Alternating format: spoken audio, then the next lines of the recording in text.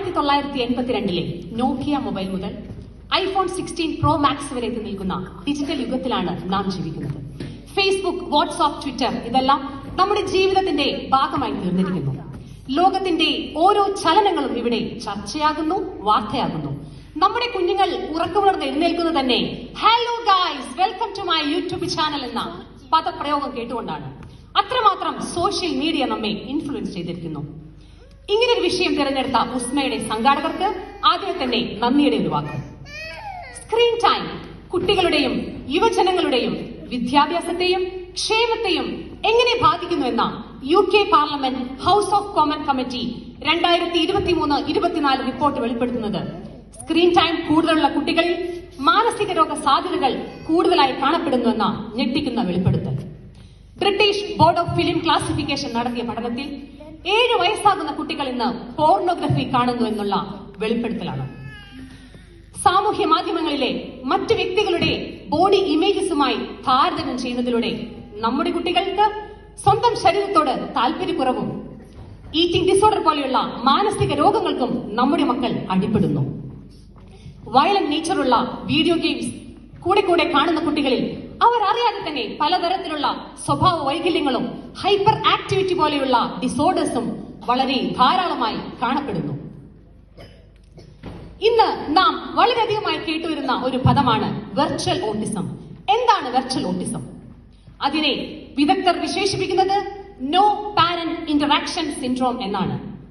Screen time കൂടുതലുള്ള കുട്ടികളിൽ ഓട്ടിസത്തിന്റേതായിട്ടുള്ള symptoms കണ്ടുവരുന്നു എന്നുള്ളത് നമുക്ക് എല്ലാവരും ഒരുപോലെ സമ്മതിക്കേണ്ട സത്യം മാത്രമാണ്. നമ്മുടെ കുഞ്ഞുമക്കളെ, വളരെ നേരത്തെ തലയോട്ടിയുള്ള നമ്മുടെ കുഞ്ഞുമക്കളെ 60% കൂടുതൽ റേഡിയേഷനാണ് മുതിർന്ന ഒരു വ്യക്തിയേക്കാൾ കൂടുതലായിട്ട് ബാധിക്കുന്നത്. ഇന്ന് കുട്ടികൾക്കും മുതിർന്നവർക്കും ഒരുപോലെ കാണാൻ ഇഷ്ടം യൂട്യൂബ് ഷോർട്സും റീൽസും ഒക്കെയാണ്. അതുകൊണ്ട് തന്നെ നമ്മുടെ കുഞ്ഞുങ്ങളുടെ അറ്റൻഷൻ സ്പാൻ വെറും ഒരു യൂട്യൂബ് ഷോർട്ടിന്റെയോ റീലിന്റെയോ ഡ്യൂറേഷനിലേക്ക് മാത്രമായി ഒതുങ്ങിപ്പോകുന്നു എന്നുള്ള സത്യം നാം മനസ്സിലാക്കേണ്ടിയിരിക്കുന്നു. വളരെ സ്പെക്ടാക്കുലറും എന്റർടൈനിങ്ങും കണ്ണിന് കാണാൻ കൗതുകവും കേൾക്കാൻ ഇമ്പമുള്ളതുമായ കാര്യങ്ങളോടാണ് നമ്മുടെ കുഞ്ഞുങ്ങൾക്ക് ഇന്ന് താല്പര്യം. വിഷ്വൽ ലേണേഴ്സായി നമ്മുടെ മക്കൾ ഇന്ന് മാറിക്കൊണ്ടിരിക്കുന്നു. അവർ എന്റർടൈൻ ചെയ്യുന്ന യൂട്യൂബ് വ്ളോഗേഴ്സ് ആണ് അവർക്ക് ദൈവം. അല്ലാതെ സൊസൈറ്റിയിൽ ഇമ്പോർട്ടന്റ് ആയിട്ടുള്ള സോഷ്യൽ ആക്ടിവിസ്റ്റുകളായ ദയാബായിയെ പോലെയുള്ള വ്യക്തികളൊന്നും നമ്മുടെ കുഞ്ഞുമക്കൾക്ക് ഒന്നുമല്ല. അങ്ങനെ what is important, what is not important എന്നുള്ള ഡിസ്ക്രിപ്ഷൻ പോലും നമ്മുടെ കുഞ്ഞുങ്ങൾക്ക് ഇന്ന് നഷ്ടമായി കൊണ്ടിരിക്കുന്നു. എന്താണ് പ്രിയപ്പെട്ടവരെ, എന്താണ് ഇതിനുള്ള സൊല്യൂഷൻ? എങ്ങനെ ഈ സോഷ്യൽ മീഡിയയും ഡിജിറ്റൽ ഡിവൈസസും സമർത്ഥമായും കാര്യക്ഷമമായും ഉപയോഗിക്കണം എന്നുള്ളത് വിദ്യാഭ്യാസത്തിന്റെ ഭാഗമായി മാറേണ്ടിയിരിക്കുന്നു. മാതാപിതാക്കളായ നാം നമ്മുടെ മക്കൾക്ക് റോൾ മോഡൽസ് ആയി മാറേണ്ടിയിരിക്കുന്നു.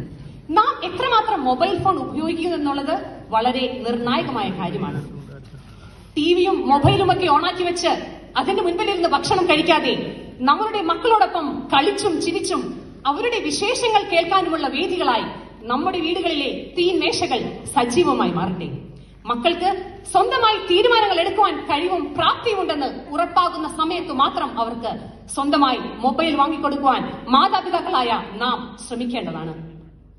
മക്കളോടൊപ്പം കളിക്കുവാനും അവരോടൊപ്പം ഹോളിഡേയ്സ് സ്പെൻഡ് ചെയ്യാനും ഈ തിരക്കേറിയ ജീവിതത്തിനിടയിലും നാം ശ്രമിക്കണം. വീട്ടിൽ അടക്കിയിരുത്തി മൊബൈൽ ഫോൺ ഓണാക്കി മക്കളെ വീട്ടിൽ അടക്കിയിരുത്താതെ അവരെ പുറത്തേക്ക് വിട്ട് അയൽപക്കത്തെ കുട്ടികളുമായി മണ്ണിൽ കളിച്ചു വളരാൻ അവരെ അനുവദിക്കണം. പ്ലേ ഗ്രൗണ്ടുകളും പാർക്കുകളും എല്ലാം അവരുടെ നിത്യ സന്ദർശന വേദികളായി മാറേണ്ടിയിരിക്കുന്നു. മൊബൈൽ ഫോണിന് അഡിക്റ്റഡായ കുട്ടികളെ വളരെ പതുക്കെ അതിൽ നിന്നും അവരെ പുറത്തേക്ക് കൊണ്ടുവരേണ്ടത് വളരെ അത്യാവശ്യമാണ്. സോഷ്യൽ മീഡിയയ്ക്ക് യാതൊരു നിയന്ത്രണങ്ങളും ഇല്ല എന്നുള്ളതാണ് നാം മനസ്സിലാക്കേണ്ട സത്യം. അതുകൊണ്ട് തന്നെ നിയന്ത്രണങ്ങളോട് കൂടി തന്നെ ഇവയെല്ലാം ഉപയോഗിക്കാൻ നമ്മുടെ മക്കളെ പ്രാപ്തരാക്കേണ്ടത് നമ്മുടെ മാതാപിതാക്കളുടെ കടമയാണ്. അതുകൊണ്ട് തന്നെ ഒരു സ്വിച്ച് ഇട്ടാൽ എന്തും നേടുന്ന, എന്തും നശിപ്പിക്കുന്ന ഈ ഡിജിറ്റൽ യുഗത്തിൽ അതിന്റെ നന്മയും തിന്മയും തിരിച്ചറിഞ്ഞ് വിവേകത്തോടുകൂടെ സോഷ്യൽ മീഡിയയും ഡിജിറ്റൽ ഡിവൈസസും ഉപയോഗിക്കുവാനായി നമ്മുടെ മക്കളെ നാം പ്രാപ്തരാക്കേണ്ടിയിരിക്കുന്നു. വീഡിയോ ഗെയിംസ് അഡിക്റ്റഡായ കുട്ടികളെ അവരുടെ ബ്രെയിനെ സ്റ്റിമുലേറ്റ് ചെയ്യാൻ സാധിക്കുന്ന സുഡോക്കു, ചെസ് അങ്ങനെയുള്ള പലവിധത്തിലുള്ള ഗെയിംസിൽ അവരെ ഇൻവോൾവ് ആക്കണം.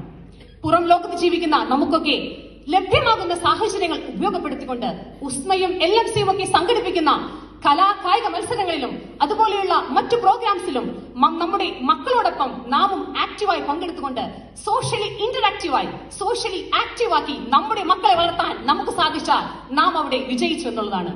അതുകൊണ്ട് തന്നെ ഓജസ്സും തേജസ്സുമുള്ള ഭാവിയുടെ വാഗ്ദാനങ്ങളായി ഒരു ഡിജിറ്റൽ ഡിവൈസസിനും സോഷ്യൽ മീഡിയയ്ക്കും അടിപ്പെടാത്ത ഭാവി വാഗ്ദാനങ്ങളായി നമ്മുടെ മക്കൾ വളർന്നു വരട്ടെ. അതിന് അവരെ പ്രാപ്തരാക്കാൻ മാതാപിതാക്കളായ നമുക്ക് ഓരോരുത്തർക്കും സാധിക്കട്ടെ എന്ന് പ്രാർത്ഥിച്ചുകൊണ്ട് ആശംസിച്ചുകൊണ്ട് ഞാൻ എന്റെ വാക്കുകൾ നിർത്തട്ടെ. നന്ദി, നമസ്കാരം.